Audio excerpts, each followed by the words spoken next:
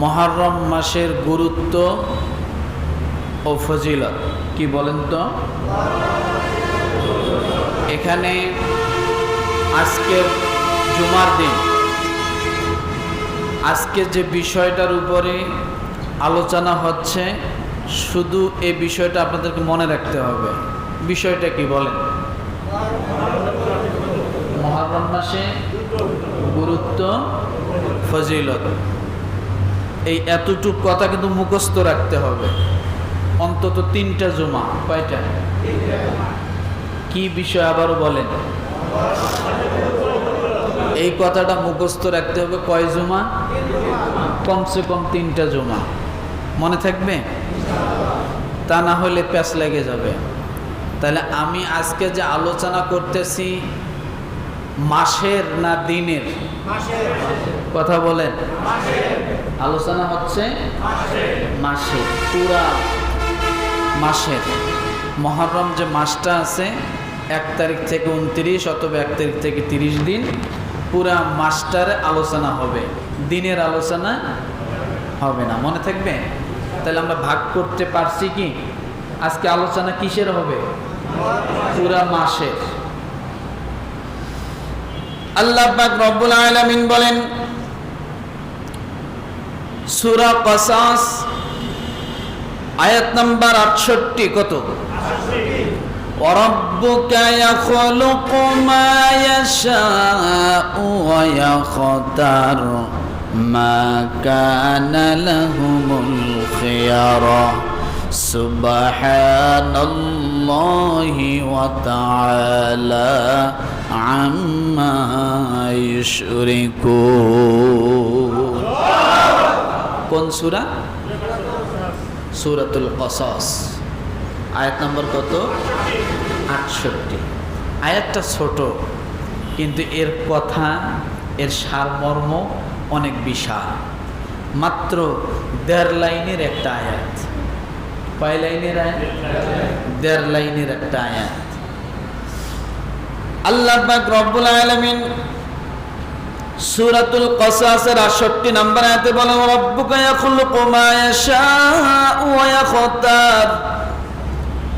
তোমার প্রতিপালক যা চান সৃষ্টি করেন। কে সৃষ্টি করেন? বোঝেন নাই? কে সৃষ্টি করেন? আল্লাহ। সকলে এদিকে ঘোরেন, এদিক ঘোরেন। আল্লাহ বলেন তোমার প্রতিপালক যা চান সৃষ্টি করেন।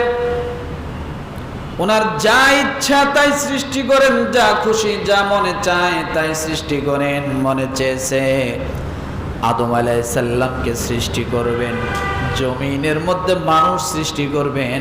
ফেরেশতা বাধা দেওয়ার পরও আল্লাহ বিরত ছিল? বিরত ছিল? নানান যুক্তি দেখাইছিল ফেরেশতারা, তারপরও কি আল্লাহ বিরত ছিল? না।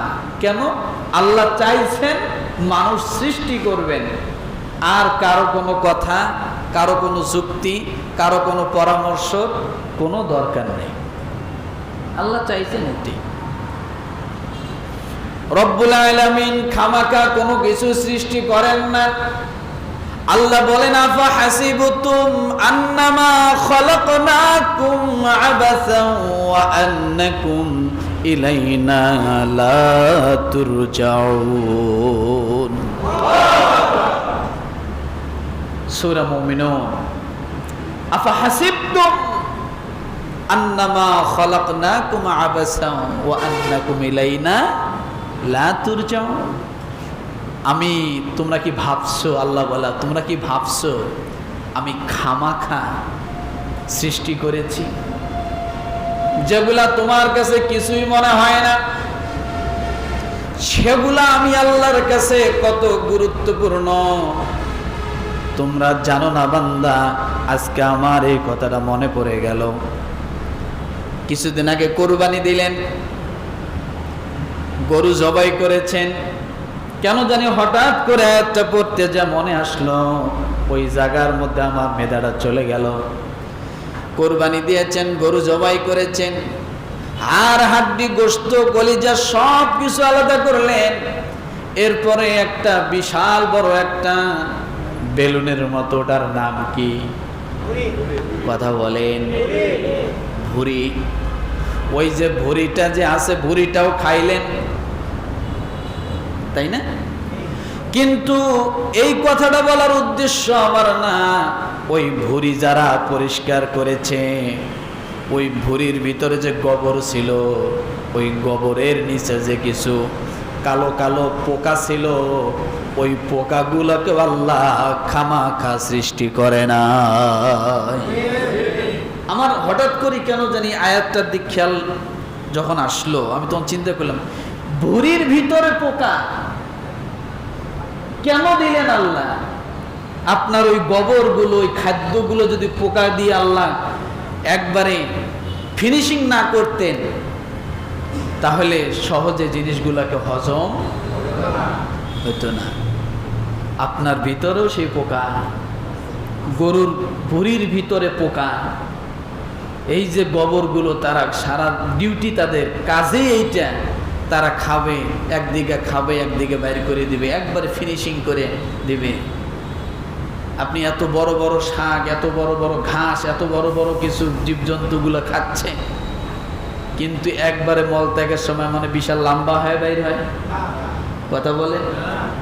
এই যে আল্লাহ তাআলা যে ভুঁড়ির ভিতরে জীবন্ত জন্তুর ভিতরে আরেকটা জীবন্ত জন্তুগুলো আল্লাহ দিছেন, দিয়ে বেঁচে রাখছেন মানুষের উপকারের জন্য, ওই পশুর উপকারের জন্য।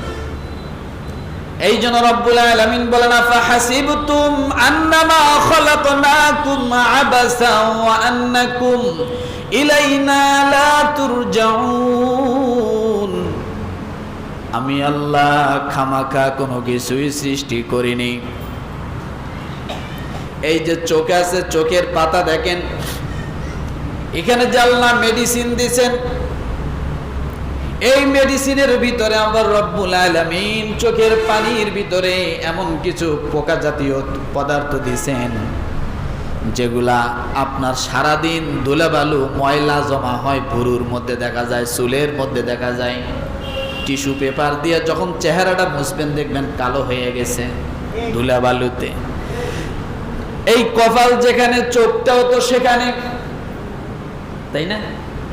কপাল যেখানে, চোখটাও সেখানে, কিন্তু চোখের মধ্যে তো আপনি টিস্যু পেপার দিয়ে মুছলেন না, যে চোখের মধ্যে না জানি কতগুলো ধুলো জমা হয়েছে।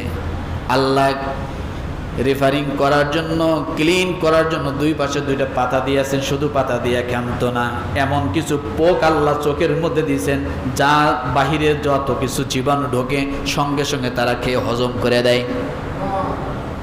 কি করে? সঙ্গে সঙ্গে তারা সেটাকে ধরে ফেলে। এমন বস্তু আল্লাহ তাআলা আপনার চোখের ভিতরে দিয়েছেন, আপনি দেখতেছেন না, তারাও জীবজন্তু আপনার শরীরে আছে।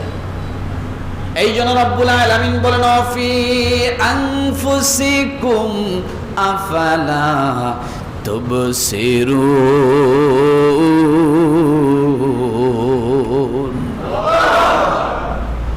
আপনি এখন আম কিনছেন, দেখেন আমটার ভিতরে কোনো দিকে ছিদ্র নাই, কিন্তু পোক যেন কোথার থেকে ঢুকে গেছে, আমের ভিতরে পোক পাওয়া যায়। লেসুর কোনো দিকে ছিদ্র নাই, চতুর্দিকে ধারালো, পুরো লেসুটা লাল লাল ধারালো, কিন্তু লেসুর বোটাটা যখন সরাবেন, দেখবেন ভিতরে পোক পাওয়া যায়। এই যে আল্লাহ তাআলা সৃষ্টি করেছেন, এইভাবে দিছেন। আল্লাহ বলেন, আমি কোনো কিছুকে খামাখা সৃষ্টি করিনি।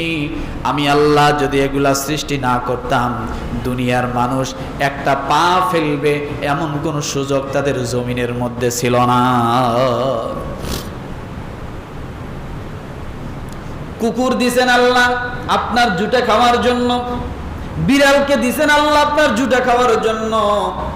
এইভাবে আপনি যতগুলো প্রাণী দেখেন, আপনার খাদ্য থেকে তারা ঝগড়া করে খায় না, মারামারি করে খায় না। আপনি যা ফালাবেন তা তাদের জন্য আল্লাহ খাদ্য বানিয়েছে। এগুলো যদি ব্যবস্থা না করতেন, তাহলে দুনিয়ার মানুষ চলতে পারত না।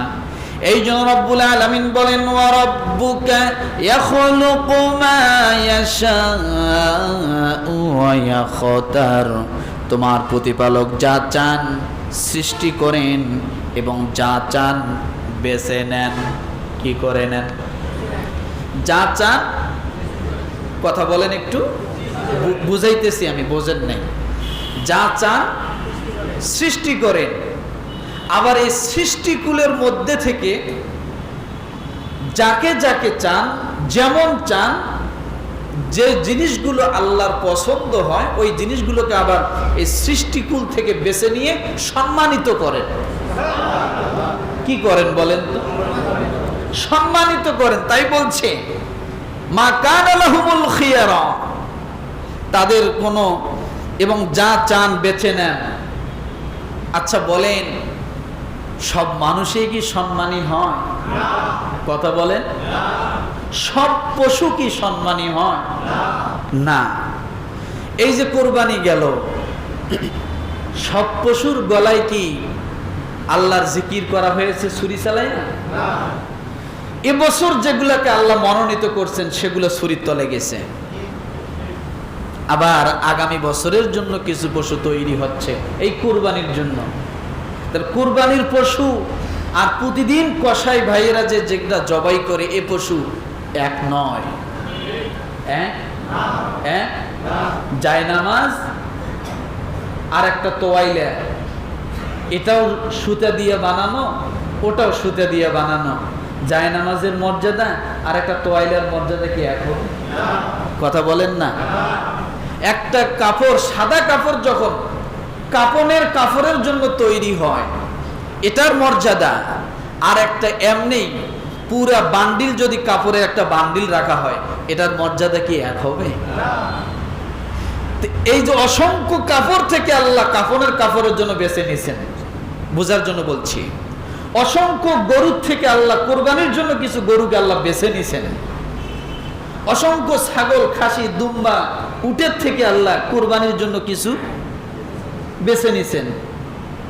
ইট ভাটায় তো প্রতি বছর কত ইট তৈরি হয়। আচ্ছা বলেন, মসজিদ, মাদ্রাসা, ইতিমখানা, মানুষের কল্যাণে যে ইটগুলো ব্যবহার হয়, এই ইটের মর্যাদা আর এমনি বিল্ডিং ঘরে নিজের বাড়ি ঘর বানানোর জন্য যে ইট হয় একই মর্যাদা হবে? হ্যাঁ, একটা ইটের মর্যাদা কেমন হয়? রাসূলের হাদিস, মান বানা লিল্লাহি মাসজিদান বানাল্লাহু লাহু বাইতান ফিল জান্নাহ। কোন মানুষ যদি মসজিদ নির্মাণের জন্য, আল্লাহর সেজদা দেওয়ার জন্য, সেই জায়গা নির্মাণের জন্য একটা ইট যদি কেউ বানায়া দেয়, একটা ইট যদি কেউ কিনে দেয়, একটা ইট যদি কেউ মসজিদে সহযোগিতা করে, আল্লাহ তাআলা ওই একটা ইটের বদলা জান্নাতের মধ্যে বান্দার জন্য বিশাল একটা বালাখানা আল্লাহ নির্মাণ করে দেয়। তো এটা মসজিদের কথা বলা হয়েছে, তাই না? নাকি এই ইট বাড়ির কথা বলা হয়েছে? যে একটা ইট যে বাড়িতে লাগাবে জান্নাতে তার একটা বাড়ি হবে, এরকম? তাহলে বোঝা গেল ইট সব মর্যাদাবান হয় না। আল্লাহ সেখান থেকে যেগুলো মসজিদের জন্য বেছে নেয়, সব জমিন মর্যাদাবান হয় না। হয়? কথা বলেন। এই যে নামাজের জন্য যে জায়গাটা তৈরি করা হয়েছে, এই যে জমিনটাকে যে মসজিদের জন্য ওয়াকফ করা হয়েছে, এই জমিনের যে মর্যাদা, আর বলেন পাশে যে একটা বিশ্ব রোড আছে এটার মর্যাদা এক হবে? এক হবে? আল্লাহ এই জমিনের মধ্যে সেজদার জন্য মনোনীত করলেন, কিন্তু আল্লাহ বিশ্ব রোডটাকে সেজদার জন্য মনোনীত করেন না। কথাটা বোঝেননি? এই জন্য রব্বুল আলামিন বলেন, ওয়া রাব্বুকা ইয়াখলুকু মা ইয়াশাউ ওয়া ইয়াখতার। তোমার প্রতিপালক যা চান সৃষ্টি করেন এবং যা চান তিনি বেছে নেন। আমি প্রায় সময় বলি, মুসলমান, একটা কাঁঠাল গাছ দিয়ে আপনি কয়েকটা কাঠ তৈরি করেছেন, ওই কাঠ থেকে দুইটা ভাগ করলেন, একটা ভাগ মসজিদের সামনে চলে আসলো, একটা ভাগ দিয়ে রেহেল তৈরি করলেন, একটা ভাগ দিয়ে কোরআন শরীফ বানানোর জন্য একটা তাক তৈরি করলেন, আলমারি তৈরি করলেন, আর একটা ভাগ দিয়ে জুতার রাখার জন্য কিছু বক্স তৈরি করে দিলেন। বলেন একই গাছ, কাঁঠাল গাছের 2 রকমের কাঠ হলো, 2টা ভাগ হয়ে গেল। একটা মসজিদে জুতার বাক্স রাখার জন্য বাক্স তৈরি করা হলো, আর একটা মসজিদের মধ্যে কোরআন শরীফ রাখার জন্য তৈরি করা হলো। এবার বলেন কোন কাঠের মর্যাদা বেশি? ঘুমান নাকি? কোন কাঠের মর্যাদা বেশি হলো? গাছ তো একটা, কিন্তু একই গাছের কাঠ 2 জায়গায় ব্যবহার হওয়ার কারণে আল্লাহ তাআলা কি করলেন? কাঠের মর্যাদা, শান, দাম, মূল্য বাড়ায় দিলেন। এক জায়গায় আসিয়ায় জুতা রাখতেছে, আর এক জায়গায় জুতা তো দূরের কথা, কোরআন শরীফ রাখার রেহেলের কনারে যদি আপনার পায়ের বৃদ্ধ আঙ্গুলটাও লাগে, আপনি ইমানদার বলে আপনার একটু আফসোস লাগে, খারাপ লাগে। রেহেলটা ধরে আপনি একটা চুমা খান, কথা ঠিক কিনা? জায়গা ভেদে মর্যাদা বেড়ে গেল। একটা গাছকে আল্লাহ 2টা ভাগ করে একটা জায়গায় সম্মানিত করে দিলেন, একটা জায়গায় জুতার বাক্সর জন্য নির্মাণ করে দিলেন। এই জন্য আল্লাহ বলেন মা কানা লাহুমুল খিয়ারা, যাকে চান বেছে নেন, তাদের কোনো এখতিয়ার নাই। নিজের থেকে সম্মানিত হওয়ার কোনো এখতিয়ার নাই, নিজের থেকে মর্যাদাবান হওয়ার কোনো এখতিয়ার নাই। আল্লাহ যাকে মর্যাদাবান বানাবেন সেই একমাত্র মর্যাদাবান হতে পারে, কথা ঠিক কিনা? যাকে মর্যাদাবান বানাবেন, আল্লাহ যা সম্মানকে উঁচু করবেন সেই সম্মানিত হবে। আল্লাহ যাকে নিচু করবেন সেই কি হবে? নিচু হবে। জোর করিয়ে বেশি দিন সম্মানিত টিকে থাকে না, থাকে। প্রকৃত সম্মান এটা রাত্রেও যা, দিনেও তা, শীতেও যা, গরমেও তা, সকালেও যা, বিকেলেও তা। আর জোর করিয়ে যেটা সম্মান, এটা সকালে আছে, বিকেলে আছে, দিনে আছে, রাতে আছে, দিনে নাই। কিন্তু প্রকৃত পক্ষে যেটা সম্মান সেটা সব সময় কি থাকবে, সেটা সব সময় থাকবে। এখন কথা হলো, দেখেন অনেক ডাক্তার হয়, এই কথাগুলো বুঝাচ্ছি বোঝার জন্য। অনেক ডাক্তার হয়, সব ডাক্তার একই কলেজে, কথার কথা একই মানে মেডিকেল কলেজে লেখাপড়া করছে, একই শিক্ষকের থেকে শিক্ষা নিয়েছে। সব ডাক্তার কি এক হয়? একই রকম মেধাবী হয় না। কেউ এর ভিতরে অনেক নাম করা ডাক্তার হচ্ছে, আবার কেউ এর ভিতরে মানুষ চেনেই না, আছে না? মানে কথাগুলো কেন বলছি, আল্লাহ লাস্টে যে কথাটা বলছেন পুরো আয়াতটা সারমর্ম ওইটাই, আমি সেটা যাচ্ছি। তাহলে সম্মান দেওয়ার মালিক আল্লাহ, ইজ্জত দেওয়ার মালিক আল্লাহ। গাছে বেশি ফল কে দিবে? আল্লাহ। একেবারে দিবে না? আল্লাহ। বাচ্চা কে দিবে? আল্লাহ। একেবারে দিবে না? আল্লাহ। এই কথাটা ধরে রাখেন। এরপরে রব্বুল আলামিন বলেন সুবহানাল্লাহি ওয়া তাআলা আম্মা ইউশরিকুন।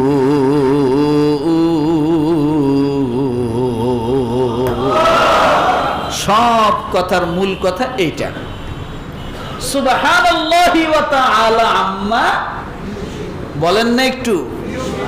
ইউশরিকুন মুখস্থ করেন, সুবহানাল্লাহি ওয়া তাআলা আম্মা ইউশরিকুন। এই পুরা আয়াতটার এতক্ষণ যা বললাম তার মূল বিষয় আল্লাহ এখানে সারমর্ম দিয়ে একবারে সমাপ্ত করে দিলেন। সেটা হলো আল্লাহ বলেন তাদের কোনো এখতিয়ার নাই, নিজের থেকে কেউ অনেক বড় কিছু হতে পারবে না, সম্মানিত হতে পারবে না। প্রকৃত সম্মানিত আল্লাহ যতক্ষণ যাকে না বানাবেন, আল্লাহ যে জিনিসগুলোকে বেছে না নেবেন, ততক্ষণ পর্যন্ত হতে পারবে না। এরপরে আল্লাহ বলেন আল্লাহ তাদের শিরক হইতে পবিত্র একবারে পবিত্র, সুউচ্চ পবিত্র। আল্লাহ কি থেকে পবিত্র? জোরে বলেন। আচ্ছা, আল্লাহ এই কথাটা এখানে কেন বললেন যে আল্লাহ শিরক থেকে পবিত্র? এবার আসেন এই কথাটার ব্যাখ্যায় চলে যাই। এই কথাটার ব্যাখ্যা হলো, একজন মানুষ আমল করতে করতে এমন পর্যায়ে চলে গেছে, যা দোয়া করে তা কবুল হয়, মুস্তাজাবুদ দাওয়া হয়ে গেছে। আছে না নাই? ভালো কাজ করতে করতে, আমল করতে করতে মুস্তাজাবুদ দাওয়া হয়ে গেছে। আমরা তাকে আল্লাহর ওলি মনে করতেছি। কি মনে করি? আল্লাহর ওলি মনে করি। সে যা দোয়া করে তাই কবুল হয়। এখন আমরা মসজিদে যাই না, আমরা নামাজ পড়ি না, আল্লাহর কাছে চাই না, ওই লোকটার কাছে যাব যার কাছে দোয়া কবুল হয়, অর্থাৎ সে যা বলে তাই হয়ে যায়। এখন আমরা আল্লাহকে বাদ দিয়া ওই মানুষটাকে আমরা পূজা করা শুরু করে দেই। কাকে বাদ দিয়ে? আল্লাহকে বাদ দিয়ে এখন ওই মানুষটার পিছনে আমরা লাগে পড়ছি। অমুক পীর সাহেব ছেলে দেয়, অমুক পীর সাহেব মেয়ে ছেলে মেয়ে দেয়, অমুক পীরের কাছে গরু নিয়ে গেলে আমার আশা পূরণ হয়, অমুকের কাছে মাজারে গেলে আমার এই মান্নত করছে, এটা হলে আমার এটা সমাধান হয়ে যাবে।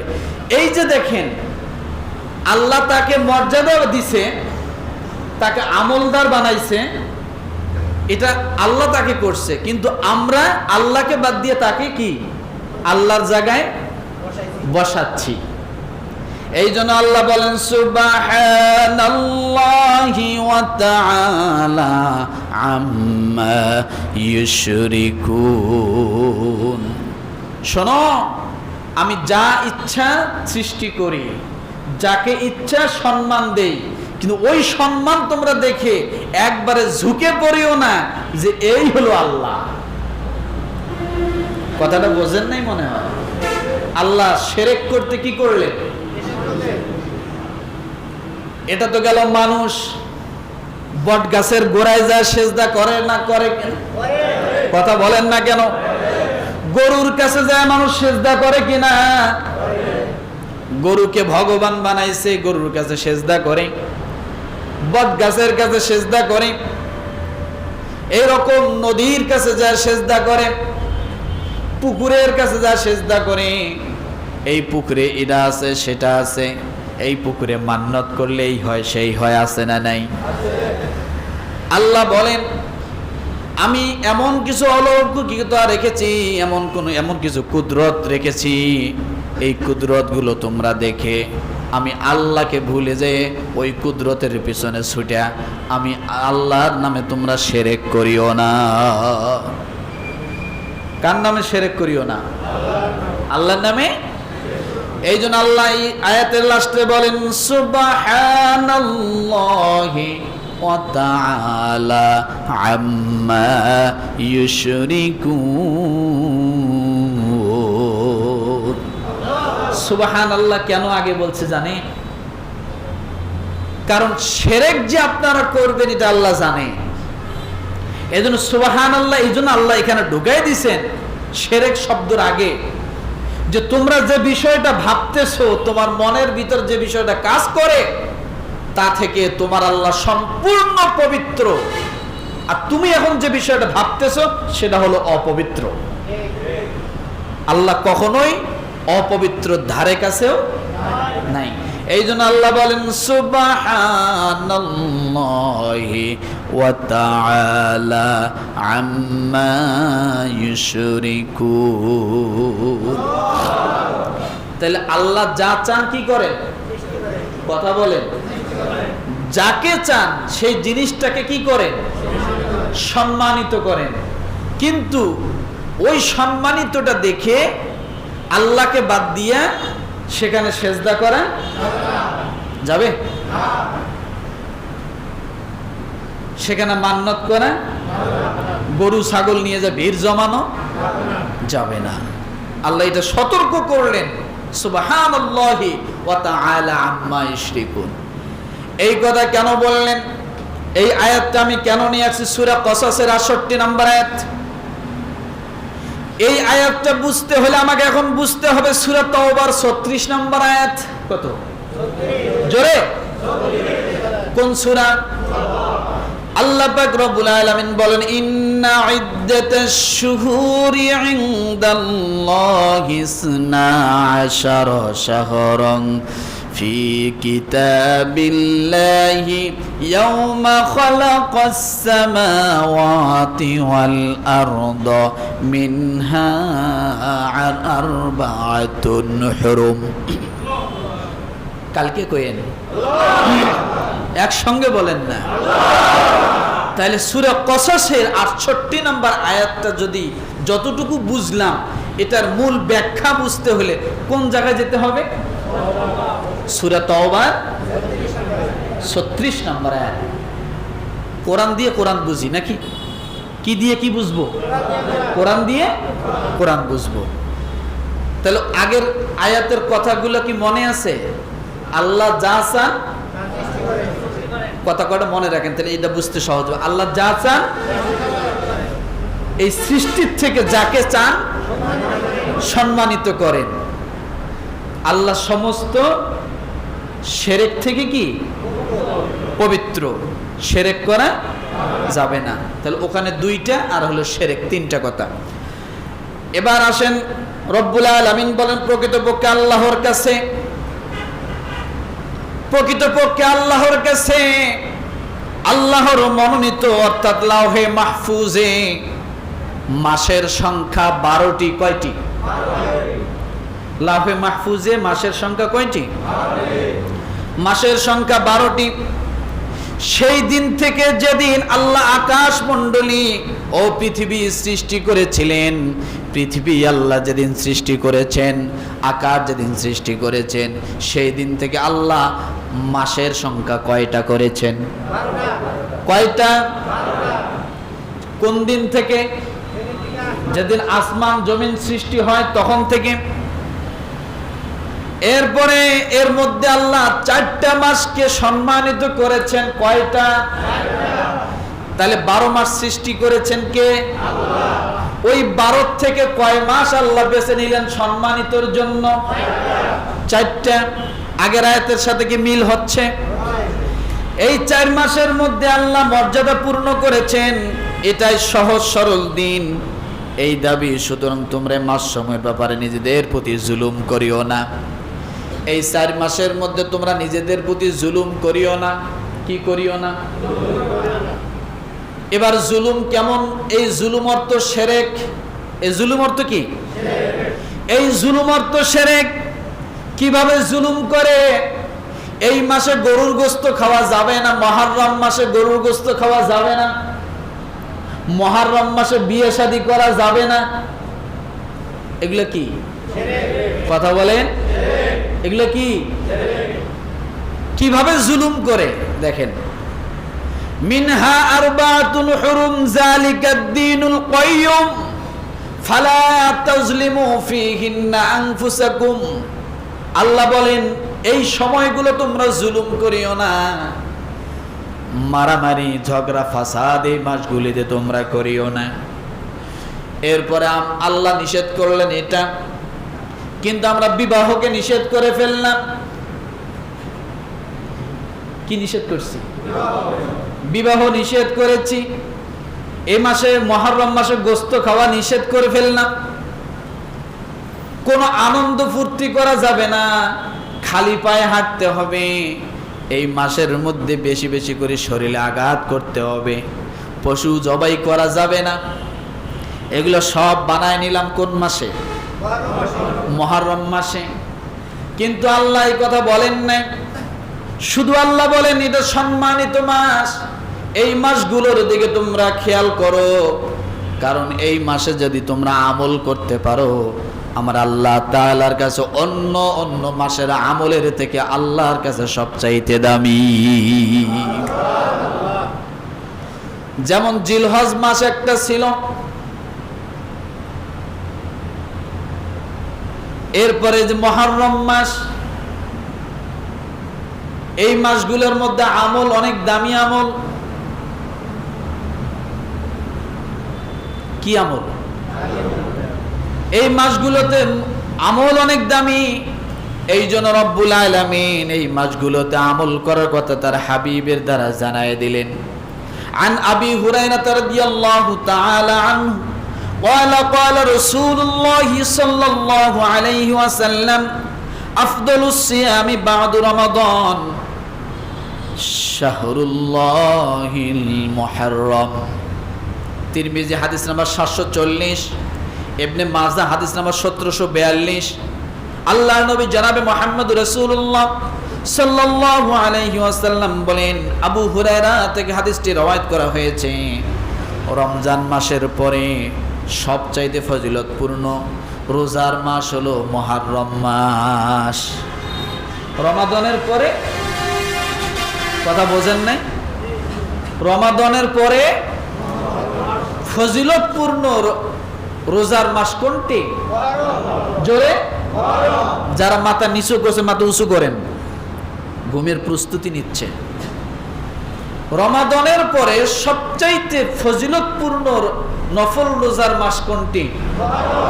মুহররম মাস। এ মাসে বেশি বেশি করে সারা মাসের ভিতরে নফল রোজা রাখা আপনি চেষ্টা করবেন।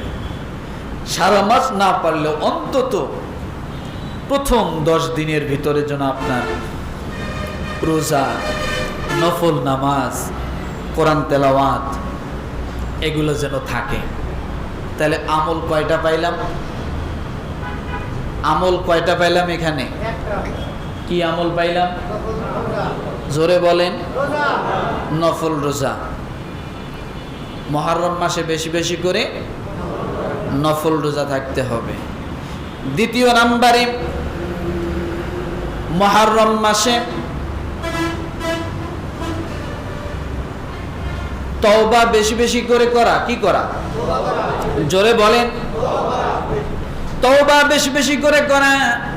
তিরমিজি হাদিস নাম্বার 741, সেখানে বলা হয়েছে আলী রাদিয়াল্লাহু তাআলা আনহু থেকে বর্ণিত, তিনি বলেছেন, এক ব্যক্তি তাকে প্রশ্ন করল, রমাদান মাসের পর কোন মাসে রোজা রাখতে আপনি আমাকে আদেশ করেন? আল্লাহর নবীর সাহাবী হযরত আলী রাদিয়াল্লাহু তাআলা আনহুকে অন্য একজন লোক প্রশ্ন করলেন, রমাদানের পরে আপনি আমাকে কোন মাসে বেশি রোজা রাখতে বলেন? তিনি তাকে বললেন, এ বিষয়ে আমি কাউকে নবী সাল্লাল্লাহু আলাইহি ওয়াসাল্লামের নিকট প্রশ্ন করতে শুনিনি, তবে হ্যাঁ, এক সময় আমি নবী সাল্লাল্লাহু আলাইহি ওয়াসাল্লামের নিকটে বসা ছিলাম। এই সময় এক ব্যক্তি এসে তাকে বলল, হে আল্লাহর রাসূল, রমাদান মাসের পর আর কোন মাসে রোজা পালনে আপনি আমাকে আদেশ করেন? নবী সাল্লাল্লাহু আলাইহি ওয়াসাল্লাম বলেন, রমাদান মাসের পর তুমি যদি আরো রোজা রাখতে ইচ্ছুক হও, রোজা রাখতে চাও, তবে মুহররম মাসে তুমি বেশি বেশি রোজা রাখো। কোন মাসে? মুহররম মাসে বেশি বেশি রোজা রাখো।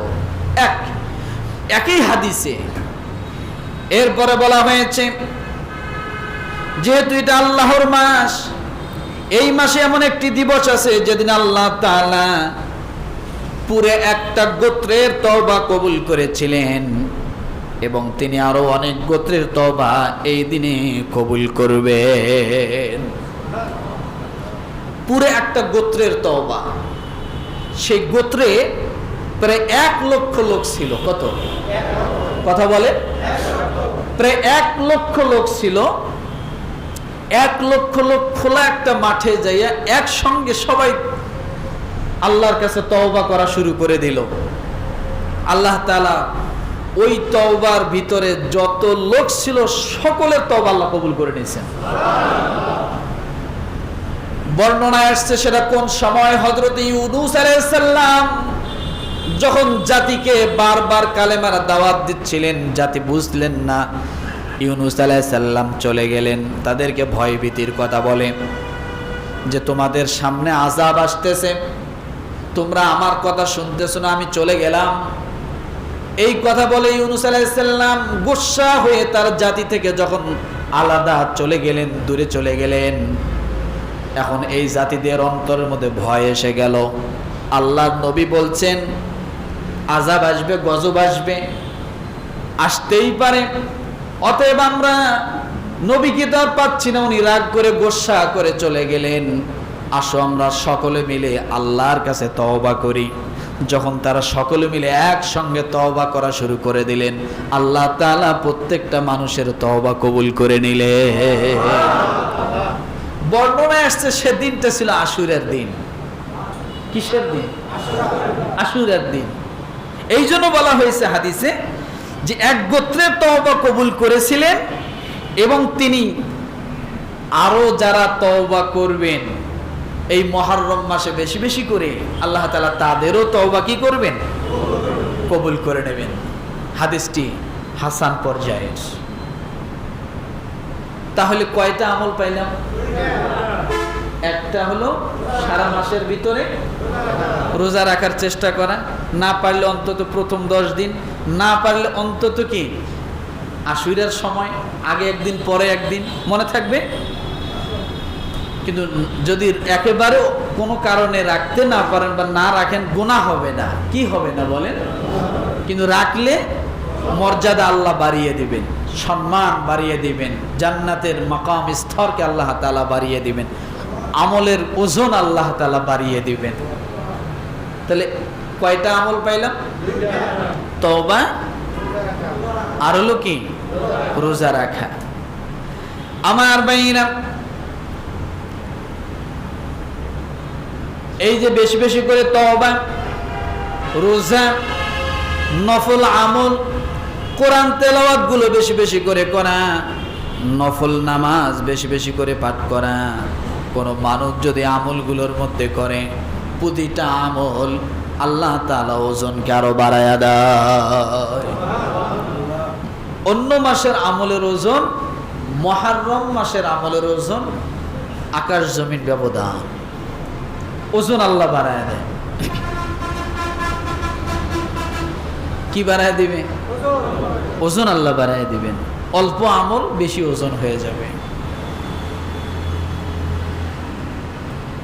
আমার ভাইরা,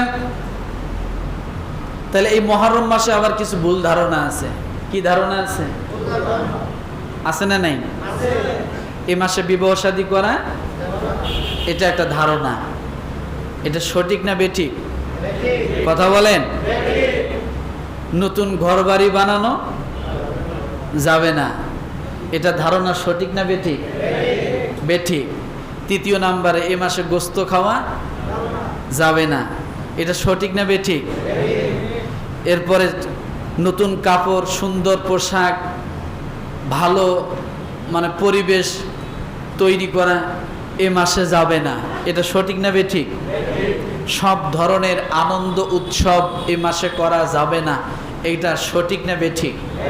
এই যে 5টা ভুল আমরা এ মাসে জোর করে চাপাই দিয়েছি, এ মাসটার প্রতি আমরা জুলুম করেছি।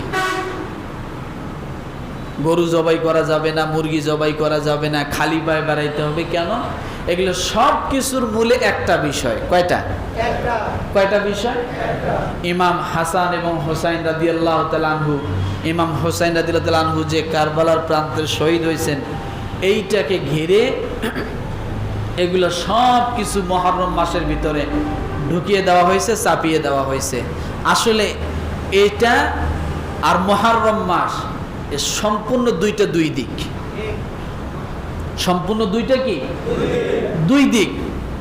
মুহররমের ইতিহাস সৃষ্টি লগ্ন থেকে পাওয়া যায়। কখন থেকে পাইলাম মুহররমের ইতিহাস বলেন তো? আসমান জমিন যেদিন আল্লাহ সৃষ্টি করেছেন সেদিন থেকে এই মুহররমের ইতিহাস পাওয়া যায়। কেমন? ওই দিন আল্লাহ 12 মাস সৃষ্টি করেছেন, আর ওই 12 মাসের মধ্যে আল্লাহ 4টা মাসকে সম্মানিত করেছেন। ওই 4 মাসের ভিতরে কোন মাস আছে? মুহররম মাস আছে। তাহলে মুহররমের ইতিহাস দুনিয়া আসমান এবং জমিন সৃষ্টির সময় থেকে পাওয়া যায়। তাহলে আপনি এই মুহররমকে শুধুমাত্র গুরুত্ব দিচ্ছেন কারবালার ময়দানের ঘটনাকে কেন্দ্র করে, আর বাকি সবগুলোকে আপনি বাদ দিচ্ছেন। আসলে কি সঠিক? কথা বলেন। এই জন্য বুঝতে হবে আমাদেরকে প্রত্যেকটা আমলের, আসলে আমাদেরকে বুঝে আমল করতে হবে যে আমি যে আমলটা করতেছি এটার মূল সারমর্মটা কি। মূল বিষয়টা কি? আমরা মূল বিষয় চাই না, আমরা সব সময় ব্যতিক্রম দিকে ধাবিত হওয়ার জন্য চেষ্টা করি, সঠিকের দিকে আমরা যাইতে চাই না। সঠিকের উল্টা যেটা, সেটাই আমাদের কাছে কি বেশি পছন্দের। সঠিকটা সব সময় অসুন্দর হয়, আর বেঠিকটা সব সময় সুন্দর হয়। কথাটা মনে হয় বুঝতে পারেন নাই, আবার বুঝলেও হয়তো ভুল বুঝতেছেন। সঠিকটা কি হয়? পছন্দ, হক কথা, মজা বেশি লাগে, কম লাগে। যে মানুষটা বেশি সত্যবাদী সে গোজামিল কম দিতে পারে, তার কথা হয় স্ট্রেট কাট, যার কারণে তার শত্রুর অভাব হয় না। আর যে যত মিথ্যাবাদী তার বন্ধুরও অভাব। বোঝেন নাই মনে হয়? জাহান্নাম সব সময় দুনিয়াবি সুন্দর দিয়ে সৌন্দর্য করা, আকর্ষণ করা, আর জান্নাত দুনিয়াকে দিয়ে কাঠাযুক্ত করে ঢেকে রাখা। বোঝেন নাই মনে হয়? জান্নাত পাইতে হলে ঘুমকে হারাম করতে হয়, সঠিকভাবে ঘুম পারা যায় না, তাহাজ্জুদ পড়তে হয়, ফজরে উঠতে হয়, আছে না? জান্নাত পাওয়ার জন্য না খেয়ে থাকতে হয়, কোরআন তেলাওয়াত করতে হয়, সত্য পথে চলতে হয়, সঠিক পথে থাকতে হয়, হক কথা বলতে হয়, মিথ্যা পথে চলা যায় না, হারাম পথে চলা যায় না, আছে না? এগুলা কোন কারণে হচ্ছে? জান্নাত পাওয়ার কারণে। আর আপনি যদি জাহান্নাম পেতে চান বা জাহান্নামের দিকে যদি আপনি যেতে চান, তাহলে এই দুনিয়ার যত নাজ নিয়ামত আছে সব আপনার সৌন্দর্য করে আপনার সামনে উপস্থিত করা আছে, আপনি ব্যবহার করবেন, আপনি জাহান্নামে যাবেন। কথাটা বোঝেন নাই মনে হয়? এই জন্য জাহান্নামকে মিথ্যা সৌন্দর্য দিয়ে আকৃষ্ট করা, আর জান্নাতকে সঠিক সৌন্দর্য দিয়ে মোড়ানো, তাই ওটাকে দেখা যায় না। কথাটা কি বুঝাইতে পারছি আমি? এই জন্য সব সময় আমাদেরকে একটা জিনিস খেয়াল করতে হবে। কাঁঠাল, একটা জিনিস বুঝাই, কাঁঠাল খাইতে সুস্বাদ, ফলটা অনেক শক্তিশালী, মিষ্টিও ভালো, কিন্তু কাঁঠালের গায়ের দিকে তাকাইলে মনটা কয় না কাঁঠাল খাওয়া যাবে। কথাটা বোঝেন নাই? কেউ যদি কাঁঠাল উপর থেকে কামড় দিয়ে খাইতে চায়, আল্লাহর হস্তে দাঁত আর দাঁতের হেরা, দাঁতের আশপাশের গোস্ত থাকবে? থাকবে? থাকবে না। কিন্তু কাঁঠালের উপর দেখে কেউ যদি কাঁঠাল ছুঁড়ে ফেলে, সে বোকা হবে কি না? বুদ্ধি আছে তা? ফাটাইলে তো ভিতরে এর থেকে আরো সুন্দর জিনিস। কথা ঠিক না? কেমন সুন্দর যে কাঁঠালের চতুর্দিকে আরো কাঁঠালের মতো কিছু দিয়ে এমন সুন্দর করে ওটাকে বেষ্টন করে রাখা হয়েছে, কারো সাথে কারো সম্পর্ক নাই, যার যার এলাকা নিয়ে আলাদা আলাদা ভাবে দখল করে বসে আছে কাঁঠালের ভিতরে। কথা বোঝেন নাই? চতুর্দিকে বেষ্টনী, তারের বেড়া, যার যার স্থান নিয়ে সুন্দর বসে আছে। ওখানেই এক সময় সাদা ছিল, ওখানে এক সময় হলুদ কালার হয়েছে, এরপরে এত সুন্দর মিষ্টি হইয়া রসালো হইয়া সেখানে বসে আছে, তারপরও কারোর সাথে কেউ মারামারি করে না, আছে না? আর আম, এটা দেখতেও ভালো উপর থেকে, এটা উপর থেকে কামড় দিয়ে খাওয়া যায়, হেরারও কোনো ক্ষতি হয় না, দাঁত একটু টক হয়। কথা ঠিক না? কিন্তু কাঁঠালের মতো এটা হয় না, হয় পাঞ্চে হয়, আর নাহলে ভিতরে পোকা থাকে, নানান সমস্যা এই আমের ভিতরে। আর যত দুই নাম্বারই এখন আমের ভিতরে চলতেছে, জাত টক, তারপরও নাম দিছে হিমসাগর। কথা বোঝেন নাই? আর হিমসাগর আমের দিকে আমি খেয়াল করে দেখছি, হিমসাগর একটা হাতে নিয়ে দেখি, ও ভ্যারাইটিস, ও সবার সাথে মিশে বেড়ায়, কিন্তু আমরুফালির দিকে যদি তাকাই ও একাই একরকম। কথা বোঝেন নাই? এই জন্যে ব্যবসায়ীরাও সুযোগ পাইছে, নানান জাতের আম দিয়ে হিমসাগর কয়ে চালাই দিতেছে।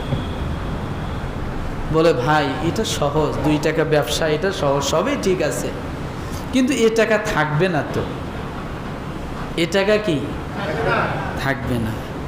এই জন্য যারা ব্যবসা করেন, আমি তাদেরকে ছোট করে বলছি না, একটু বোঝার জন্য কথাটা বললাম, যে কথাটা আমি নিয়ে আসছি যে দুনিয়াবির বিষয়টা সব সময় দেখতে আকৃষ্ট, আকর্ষণ, কিন্তু ওটাতে ধোঁকা বেশি। কথা ঠিক না? ঠিক ওই রকম ওই আয়াতটার কথাই মনে পড়ে। কিছু মানুষের কাছে গেলে দেখবেন তড়িৎ গতিতে আপনার মুশকিল আসান হয়ে যায়, জানবেন ওটার ভিতরে খুব ভেজাল আছে। ওটার ভিতরে কি আছে? আল্লাহর কাছে কিছুদিন আপনি 2 রাকাত নফল নামাজ পড়বেন, হাত পাতবেন, আল্লাহর কাছে দোয়া করবেন, কান্নাকাটি করবেন, হয়তো একটু সময় বেশি লাগবে, কিন্তু আল্লাহ যেটা দিবে ধরে দিবে। আর ওই যে বাবার কাছে, পীরের কাছে, মাজারের কাছে বিভিন্ন সময় যাইবেন, যাওয়ার সাথে হয়তো কাজ হবে, এটা সত্য, আপনার ঈমান নষ্ট হয়ে যাবে, আপনি আর মুসলমান থাকবেন না। কি থাকবেন না?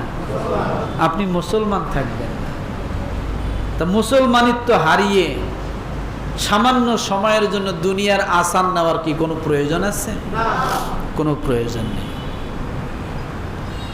এই জন্য সবসময় এই জিনিসগুলো আমরা খেয়াল রাখব যে আল্লাহ তাআলা কোন কাজে সন্তুষ্ট, কোন কাজে অসন্তুষ্ট।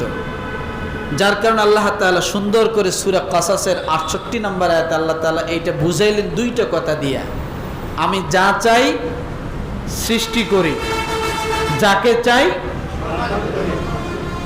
মনোনীত করি, সম্মানিত করি, আর আমরা মানুষ কি করি, তার পিছনে একেবারে উঠে পড়ে লাগি ওটারে নিচে নামানোর জন্য।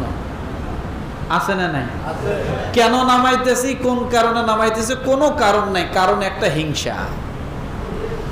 একজন ভালো খায়, ভালো পরে, ভালো চলে, ভালো ওঠা বসা করতেছে, আমাদের সহ্য হয় না।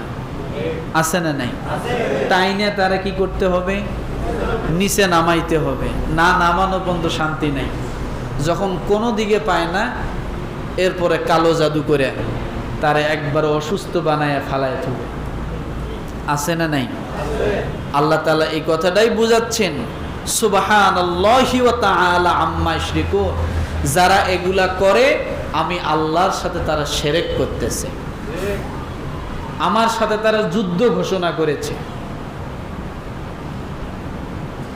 ও মুসলমান, ভালো করে একটা জিনিস জানেন, আল্লাহু নূরুস সামাওয়াতি ওয়াল আরদি মাসালু নূরিহি কামিশকাতিন ফিহা মিসবাহ আল মিসবাহু ফি জুজাজা الزجاجة كأنها كوكب دري يوقد من شجرة مباركة زيتونة لا شرقية ولا غربية يكاد زيتها يضيء ولو لم تمسسه نار نور على نور نور على نور يهدي الله لنوره من يشاء।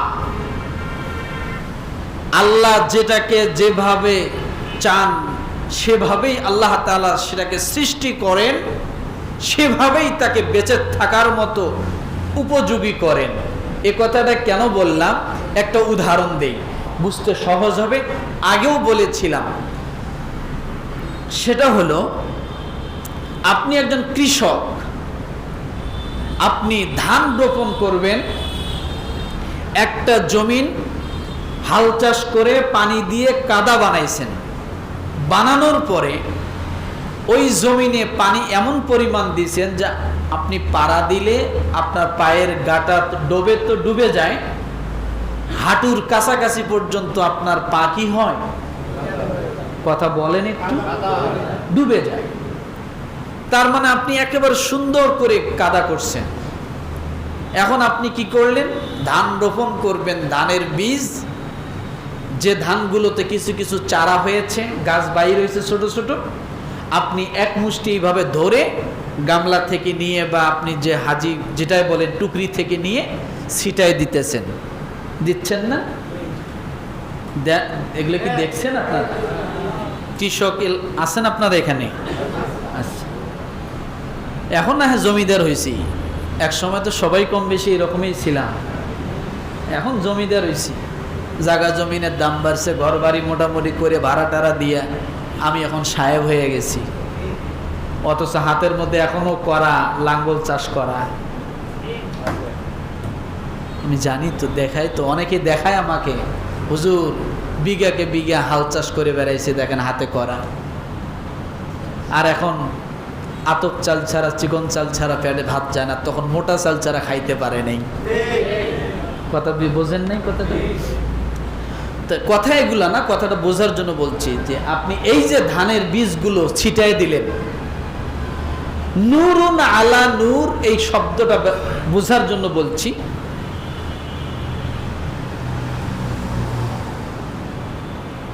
যে এই যে আপনি ছিটাই দিলেন, ধানগুলো তো কেদার মধ্যে পড়ে গেল, গেল না?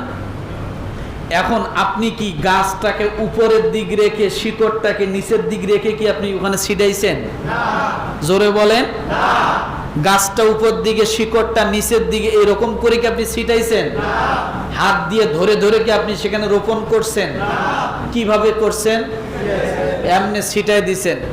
গাছ কোনোটা কেদার তলে চলে গেছে, শিকড় কোনোটা উপর দিকে ছিল, আবার শিকড় কোনোটা নিচের দিকে, গাছ উপর দিকে, কোনোটা কাইট হইছে, কোনোটা চিত হইছে। কথা ঠিক না? কিন্তু দিলেন কোথায়? কাদার ভিতরে। আল্লাহ পাক রব্বুল আলামিন আপনি কাদার ভিতরে ছিটায় দিয়ে আসলেন। এবার গাছের অভ্যাস হলো, গাছের সৃষ্টি হলো, গাছ উপরের দিকে উঠবে, আর শিকড়ের শান্তি হলো নিচের দিকে, গাছের শান্তি হলো উপর দিকে। গাছ কোনোদিন কেদার দিকে নিচের দিকে যাবে না, যদিও কোনোটা মাথা ছাড়া দিয়ে যায়। বলেন সেটা বাঁচবে নাকি? বাঁচবে? বাঁচবে না। শিকড়ের শান্তি কোথায়? গাছের শান্তি কোথায়? গাছের শান্তি উপর দিকে, শিকড়ের শান্তি নিচের দিকে। আল্লাহ বলেন এই যে কোনো কিছু করা লাগলো না, গাছ এখন এমনি এমনি তার শান্তি খুঁজে নিচ্ছে, শিকড় তার শান্তি খুঁজে নিচ্ছে। কিন্তু দুনিয়ার মানুষ এত শান্তি কথা বলার পরও, শান্তির জায়গা দেখায় দেওয়ার পরও, শান্তির জিনিসগুলো ধরে দেওয়ার পরও মানুষ সব সময় উল্টা দিকে যায়। কোন দিকে যায়? কোন দিকে যায়? উল্টা দিকে যায়। কিন্তু আল্লাহ মহান, ওই গাছরে যেমন পচায়া মারে, মানুষ উল্টা দিকে যাওয়ার পরও আল্লাহ মারে না। যদি বান্দা কোনো এক সময় ঘাটটা ঘুরাইয়া সঠিক পথে তাকায়া যদি আমি আল্লাহর কাছে একবার আল্লাহ ভুল করে এদিক গেছিলাম, মাফ করে দাও, যদি একটা বার বলে, আল্লাহ ওই কথাটার অপেক্ষায় আছে। তাহলে গাছের শান্তি, শিকড়ের শান্তি। কোন গাছ যদি নিচের দিকে যায়, যাবে নাকি? দেখছেন কোনদিন যে গাছ আস্তে আস্তে মাটির দিকে যাইতেছে, শিকড় আস্তে আস্তে উপর দিকে উঠতেছে? যাবে না তো। শিকড়ের শান্তি উপরে নাই, ও শান্তির ঠিকানা খুঁজে পাইছে, ওর শান্তি হলো মাটির নিচে। শিকড় চলে যাবে মাটিতে, গাছের শান্তি উপর দিকে, ও উঠে যাবে উপরে। যার কারণে একটা লাউয়ের বিচি, একটা সিমের বিচি আপনি 1 আঙ্গুল পরিমাণ মাটির নিচে গেড়ে দিলেন, দেওয়ার পর আপনি চলে আসলেন, 2টা পাতা ওই বিচি থেকে হলো। পাতা 2টা মাটি ভেদ করে উপরের দিকে সূর্যের আলো নেওয়ার জন্য, শান্তির পথে আসার জন্য সে একবার উপরের দিকে চলে আসলো। আল্লাহ তাআলা ওই পাতা 2টাকে ভেঙে দিল না, পাতা 2টা পচে গেল না, ভেঙে গেল না। দুনিয়ার মানুষের খাদ্যের জন্য আল্লাহ উপরে উঠায় দিলেন। আম্মান খালাকাস সামাওয়াতি ওয়াল আরদা ওয়া আনজালা লাকুম মিনাস সামাই মাআ ফাআমবাতনা বিহি হাদাইকা যাতা বাহজা মা কানা লাকুম আন তুমবিতু শাজারাহা আইলাহুম মাআল্লাহ, আইলাহুম মাআল্লাহ। আল্লাহ বলে তোমরা দেখো 20 নাম্বার পারা 1ম নাম্বার পৃষ্ঠার 1ম লাইনটা বলছি আমি, যে গাছকে আল্লাহ কিভাবে জমিন থেকে উদ্গত করে আল্লাহ এই আয়াতের মধ্যে বর্ণনাটা দিচ্ছেন। দিয়ে আল্লাহ লাস্টে পরিচয় দিচ্ছেন আইলাহুম মাআল্লাহ, আমি আল্লাহ ছাড়া আর কে আছে এগুলো করতে পারে? তারপরও তোমরা আমার দিকে না আসে, শান্তির দিকে না আসে, তোমরা সাময়িক সময়ের দুনিয়ার দিকে তোমরা ধাবিত হচ্ছ, চিটারি বাটপারি জুলুম অত্যাচার মানুষের প্রতি করতেছো, বিভিন্নভাবে মানুষকে ঠগাচ্ছ, বিভিন্নভাবে চাঁদাবাজি করতেছো। এদিন বেশি দিন না, পেট ফুলে মরে যাবা, সময় বেশি দিন নাই। পেট ফুলে মরে যাওয়ার দিন সময় আর বেশি দিন নাই। আগে নিঃশ্বাস বন্ধ হয়েছে, এখন আর নিঃশ্বাস বন্ধ হওয়া না, এখন পেট ফুলেই মরে যাবে। তাহলে এগুলো করা যাবে? কথা বলেন। যতটুকু আজকের আলোচনা থেকে শুনলাম, বিষয়টা কি ছিল? মুহররম মাসের গুরুত্ব এবং ফজিলত। মুহররম মাসে 2টা আমল আমরা, এক রোজা রাখার চেষ্টা করব, দ্বিতীয় হলো তওবা বেশি বেশি করে করব। মনে থাকবে ইনশাআল্লাহ। আল্লাহর সঙ্গে কোনো কিছু শরীক করা যাবে না। আল্লাহ যাকে চান সৃষ্টি করেন এবং যাকে চান সম্মানিত করেন। হিংসা করা, টাইনে নামানো দরকার নাই। আল্লাহ তাআলা আমাদেরকে এই কয়েকটা কথা বোঝার এবং আমল করার জন্য তৌফিক দান করুক। আমিন। ওয়া আখির দাওয়ানা আনিল হামদুলিল্লাহি রাব্বিল আলামিন।